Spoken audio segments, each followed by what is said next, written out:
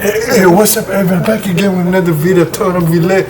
I wanted to talk about the playoffs. The Spurs turn up. They go into the finals. You know, the Knicks versus the Spurs. This is gonna be one of the best series.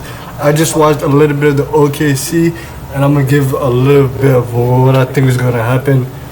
And what happened in the OKC was really a good matchup. Some of the games were flopping, but overall, it was a really good game in Game 7. And 1 and 2, they were really beautiful to see. It was back and forth, all good defensive play. That's when you have a lot of, when both teams are around the same area, you get a Game 7, and they're both kind of equal. And this is all beautiful to see. Everybody was doing their part. OKC, we want to talk about Shea. In Game 7, dropped about 40 points. He went crazy. He was carrying the team. He just didn't have a lot of help. And a couple of things, injuries on both sides. And you can't give the excuse because you got to look. The Spurs, Dylan Harper and Fox have a little bit of injuries. And then OKC, you got AJ Mitchell with an injury, J-Dub. Now they made a big difference, I feel like. But right now, because they won't equally match up, you know what I'm saying? You need a couple of people who could have like ball handling. And you can't just have one person doing all the setup. Shea probably got tired because he was dribbling so much. He needed like three people to help out, do more assist, and let him chill and stay on the bench. He probably played 45 minutes. It was just insane to see. And then the OKC, other people, Hartenstein, he was throwing those floaters 10 feet up, bro. Straight 10 feet up over Wembanyama. But that's where he did good playing defense. He was there for big body, getting rebounds. He did what he was supposed to. And then if you guys seen the Game 7, Connect blocked him. Looked like a prime LeBron James. I couldn't tell the difference. He looked like prime LeBron James blocking Hartenstein, and then that took the momentum and changed it up for the Spurs and hyped them up. And then it was just crazy to see. Overall, OKC just were good. Didn't have a lot of firepower. Chet Hogan didn't have his best game. He only shot 2 shots. He could have gotten more involved and stuff. That would have helped him out a lot. Because just saying by himself, he did decent, but he needed a couple of games somebody else to take the ball, drop a couple of points. That was usually AJ Mitchell or J-Dub, but since they're out, it was just all on him. And then there was Alex Caruso and Lou Dort. Those are like defensive players, and they can only shoot a little bit. Lou Dort just kept missing. So all you would just see was just Shea getting double teamed. And Shea needs to stop the flopping too. There's a lot of flopping, as you can see. In Game 5 too, there was like De'Aaron Fox. He was like this, right next to him, barely didn't even touch him, and they still called a foul.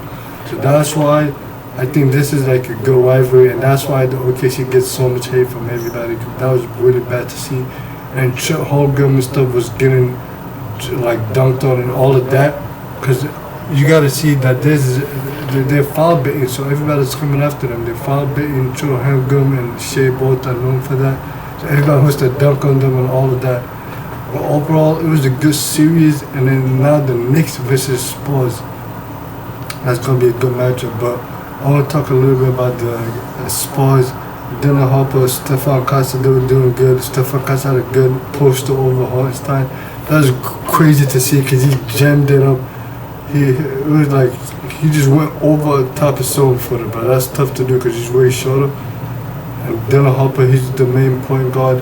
Fox did pretty good, but I think Harper has I've seen the dribbling, the handles. He's enough to be a main point guard. Don't really need Fox. Maybe get one more 6'8" who could, or 6'9", some type of like tall person who could make their own shot or something, like maybe a KD or something like that. That would look amazing. Because Fox and stuff, he's pretty good, but there's too many point guards. You want to have a mix it up, but overall they're still doing good. When Wembanyama dropped like 40 points, he had a 3-pointer from almost half court, like Steph. He looked like Steph Curry. He was the same shot like a couple of years ago. That was just overall just crazy to see. It was just an amazing series. I want to talk about a couple of more highlights. Let me think some other stuff that I seen. Oh yeah, there was like a lot of offensive rebounds. The Spurs had a lot of offensive rebounds who gave them more points. They just looked like more like they were hustling. And they had a lot of like steals. One of the games, Harper had like 7 steals. This was just all defensive plays on the Spurs. They all played great defense, and they did a couple of times where they took people off the dribble.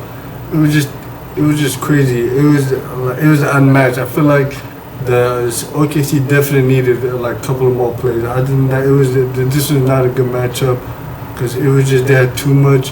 When Biama right here, he had like 4 blocks on the check. He's dunking all over him. He really wants to go to the finals. They're like committed. This is a good, and these are rookies too. So the AKC have more experience. These people are like rookies, barely in the league. They're new around here. So for them to win, it stays the last. And the Spurs, the Knicks, I want to see the good matchup. My prediction is the Spurs. Wimbyam is going to be too much for the Cat versus Mitchell, but we're going to see. And we're going to see if Jalen Brunson is able to score with this type of defense, because right now the Knicks are on like 11-game win streak. They destroyed the East, but we're going to see if they can handle the Spurs. But Jalen Brunson is a good point guard, shifty, good ISO, but he's going to have a lot of good defenders who's going to be able to like switch on him, and then they're going to rest. So I know he's very good, but after he does a couple of dribble moves, he's probably going to have get tired, and he's going to have another person like Champagne or Vassell who could just guard him, who have enough energy and stuff, could switch. So he's going to have to deal with a lot of it like that, but it's going to be a good series overall.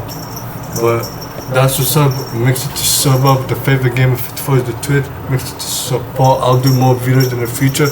And peace.